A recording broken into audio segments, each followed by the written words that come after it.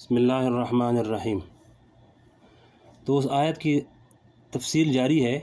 فرمایا کہ اللہ جل شانہ اس آیت کے اندر فرماتے ہیں کہ اے ایمان والو، پہلے اپنے آپ کی فکر کرو، اور یہ جو تم کہہ رہے ہو کہ فلاں شخص گمراہ ہو گیا، فلاں شخص تباہ و برباد ہو گیا، تو یاد رکھو کہ اگر تم سیدھے راستے پر آ گئے تو اس کی گمراہی تم کو کوئی نقصان نہیں پہنچائے گی۔ ہر انسان کے ساتھ اس کا اپنا عمل جائے گا، لہذا اپنی فکر کرو۔ تم سب اللہ تعالیٰ کے پاس لوٹ کر جاؤ گے، وہاں وہ تمہیں بتائے گا کہ تم کیا عمل کرتے رہے تھے دنیا میں۔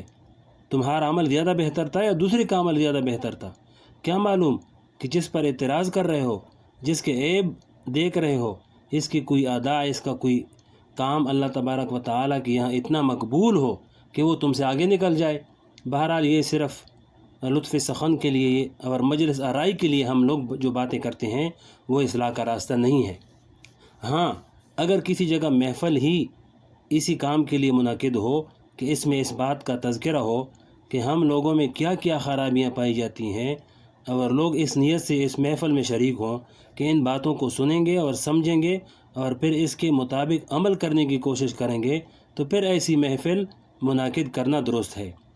انسان کا سب سے پہلا کام یہ ہے کہ اپنے شب و روز کا جائزہ لے، اور پھر یہ دیکھیے کہ میں کتنا کام اللہ تعالیٰ کی مرضی کے مطابق اور اس کے بتائی ہوئی طریقے کے مطابق کر رہا ہوں، اور کتنا کام اس کے خلاف کر رہا ہوں۔ اگر اس کے خلاف کر رہا ہوں تو اس کی اصلاح کا کیا راستہ ہے؟ اللہ تعالیٰ یہ فکر ہمارے اور آپ کے دلوں میں پیدا فرما دے تو ہمارے معاشرے کی اصلاح بھی ہو جائے گی۔ فرمایا کہ معاشرہ کس چیز کا نام ہے؟ انہی افراد کا مجموعہ معاشرہ بن جاتا ہے۔ اگر ہر شخص کو اپنی اصلاح کی فکر پیدا ہو جائے تو سارا معاشرہ خود بخود سدھر جائے، لیکن اگر ہر شخص دوسری کی فکر کرتا رہے اور اپنے کو چھوڑتا رہے تو سارا معاشرہ خراب ہی رہے گا۔ فرمایا کہ صحابہ کرام کا طرز عمل، صحابہ کرام رضی اللہ اجمعین کے حالات کو دیکھیں گے تو یہ نظر آئے گا کہ ہر شخص اس فکر میں تھا کہ کسی طرح میں درست ہو جاؤں، کسی طرح میں اپنی بیماریوں کو دور کر لوں۔ چنانچہ حضرت حنظلہ رضی اللہ تعالیٰ جو مشہور صحابی ہیں،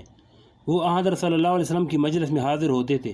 اور ظاہر ہے کہ حضور پاک علیہ السلام کی مجلس ہو کر اور آپ کی باتیں سن کر دلوں پر کیا اثر ہوتا ہوگا، کیسی رکعت طاری ہوتی ہوگی، کیسا جذبہ پیدا ہوتا ہوگا۔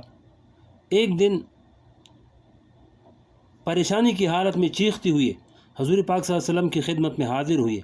اور آ کر عرض کیا، یا رسول اللہ، نافق حنظلہ، حنظلہ تو منافق ہو گیا، یعنی اپنے بارے میں کہہ رہے ہیں کہ میں منافق ہو گیا۔ آپ نے ان سے پوچھا کہ کیسے منافق ہو گئے؟ کہا، یا رسول اللہ، جب تک آپ کی مجلس میں بیٹھتا ہوں، آپ کی بات سنتا ہوں تو دل پر بڑا اثر ہوتا ہے، حالات بہتر کرنے کی طرف توجہ ہوتی ہے، لیکن جب باہر نکلتا ہوں اور دنیا کے کاموں کے اندر لگتا ہوں تو وہ جذبہ جو آپ کی مجلس میں بیٹھ کر پیدا ہوا تھا وہ ختم ہو جاتا ہے۔ یہ تو منافق کا کام ہے کہ ظاہر حالات کچھ ہوں اور اندر کچھ ہوں۔ اس لیے مجھے اندیشہ ہے کہ کہیں میں منافق تو نہیں ہو گیا۔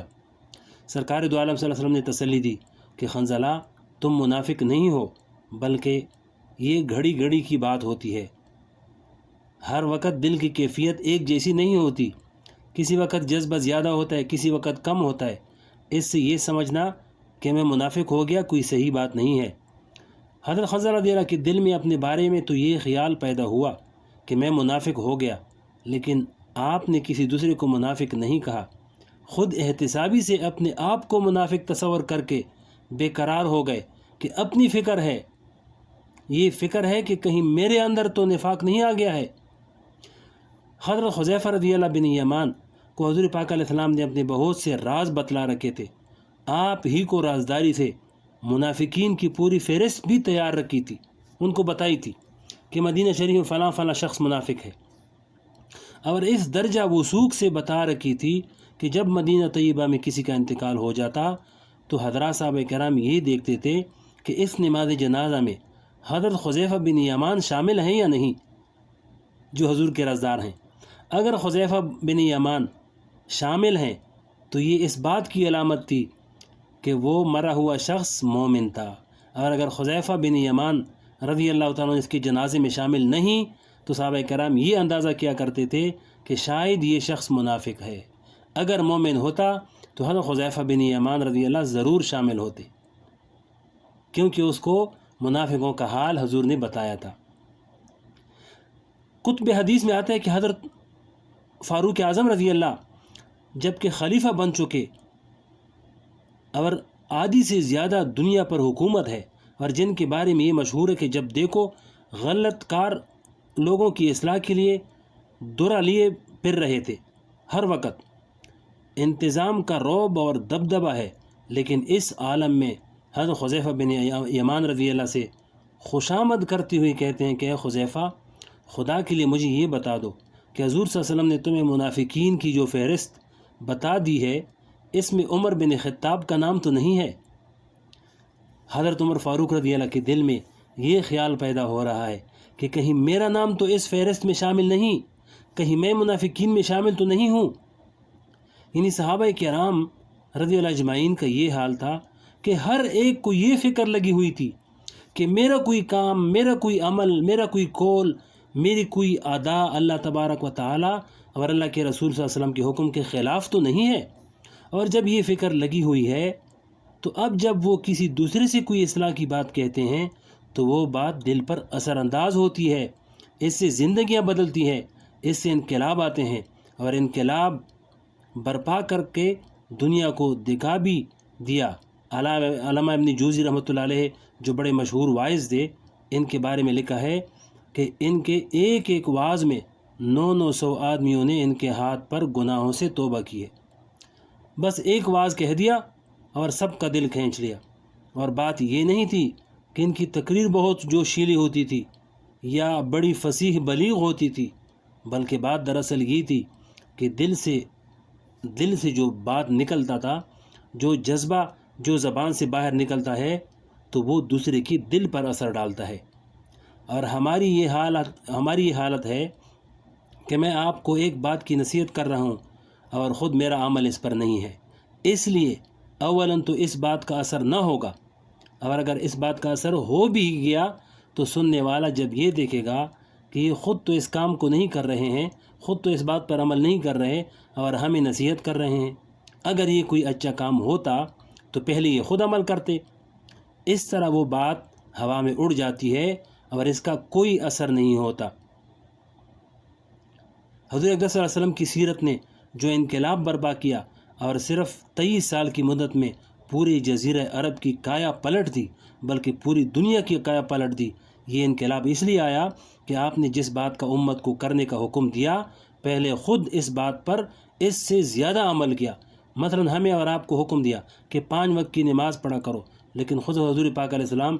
8 وقت کی نماز پڑھا کرتے تھے، یعنی 5 نمازوں کے علاوہ اشراق، چاشت، تہجد بھی پڑھا کرتے تھے۔ بلکہ آپ کی یہ حالت تھی کہ جب آپ کو کسی کام کی پریشانی پیش آتی تو آپ صلی اللہ علیہ وسلم فوراً نماز کے لیے کھڑے ہو جاتے اور اللہ جل شانہ کی طرف رجوع کر کے دعا کرتے، اور آپ صلی اللہ علیہ وسلم کا یہ ارشاد ہے کہ میری آنکھوں کی ٹھنڈک نماز میں ہے۔ اس طرح دوسروں کو پورے سال میں ایک ماہ یعنی رمضان المبارک میں روزہ رکھنے کا حکم دیا تھا، لیکن آپ کا خود کا معمول یہ تھا کہ پورے سال میں کوئی مہینہ ایسا نہیں گزرتا تھا جس میں کم از کم 3 روزے آپ نہ رکھتے ہوں، اور بعض اوقات 3 سے زیادہ بھی رکھتے تھے۔ اور دوسروں کو تو یہ حکم دیا جا رہا ہے کہ جب افطار کا وقت آ جائے تو فوراً افطار کر لو، اور 2 روزوں کو ایک ساتھ جمع کرنے کو ناجائز قرار دیا۔ چنانچہ بعض صحابہ کرام کو آپ نے دیکھا کہ وہ اس طرح 2 روزے ملا کر رکھ رہے ہیں، تو حضور پاک صلی اللہ علیہ وسلم نے ان کو منع فرما دیا کہ تمہارے لیے اس طرح ملا کر روزے رکھنا جائز نہیں بلکہ حرام ہے۔ لیکن آپ صلی اللہ علیہ وسلم خود صوم و سوال رکھتے اور یہ فرماتے کہ تم اپنے آپ کو مجھ پر قیاس نہ کرو، اس لیے کہ میرا پروردگار مجھے کھلاتا بھی ہے اور پلاتا بھی ہے، یعنی تمہارے اندر اس روزے کی طاقت نہیں،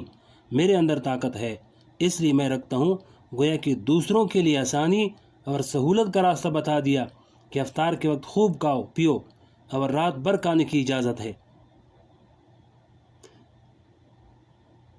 ہمیں اور آپ کو تو یہ حکم دیا کہ اپنے مال کا 40واں حصہ اللہ کی راہ میں خرچ کر دو، زکوٰۃ ادا ہو جائے گی، لیکن آپ کا یہ حال تھا کہ جتنا مال آ رہا ہے سب صدقہ ہو رہا ہے۔ ایک مرتبہ حضور پاک علیہ السلام نماز پڑھانے کے لیے مصلی پر تشریف لائے اور اقامت ہو گئی، نماز شروع ہونے والی ہے۔ اچانک آپ مصلی سے ہٹ گئے اور فوراً گھر کے اندر تشریف لے گئے اور تھوڑی دیر کے بعد واپس تشریف لے آئے اور نماز پڑھا دی۔ صحابہ کرام کو اس پر تعجب ہوا۔ چنانچہ نماز کے بعد صحابہ نے حضور سے سوال کیا کہ یا رسول اللہ، آج آپ نے ایسا عمل کیا جو اس سے پہلے کبھی نہیں کیا تھا، اس کی کیا وجہ تھی؟ سرکار دو عالم صلی اللہ علیہ وسلم نے جواب دیا کہ میں اس لیے گھر واپس گیا تھا کہ جب میں مصلی پر کھڑا ہوا اس وقت مجھے یاد آیا کہ میرے گھر میں 7 دینار اشرفیاں پڑے ہیں، اور مجھے اس بات سے شرم آئی کہ محمد صلی اللہ علیہ وسلم اللہ تعالیٰ کے سامنے اس حالت میں پیش ہو کہ اس کے گھر میں ضرورت سے زائد 7 دینار رکھے ہوں۔ چنانچہ میں نے ان کو ٹکانے لگا دیا اور پھر اس کے بعد آ کر نماز پڑھائی۔ آگے اور بھی تفصیلیں انشاءاللہ اگلے ویڈیو میں بتائیں گے۔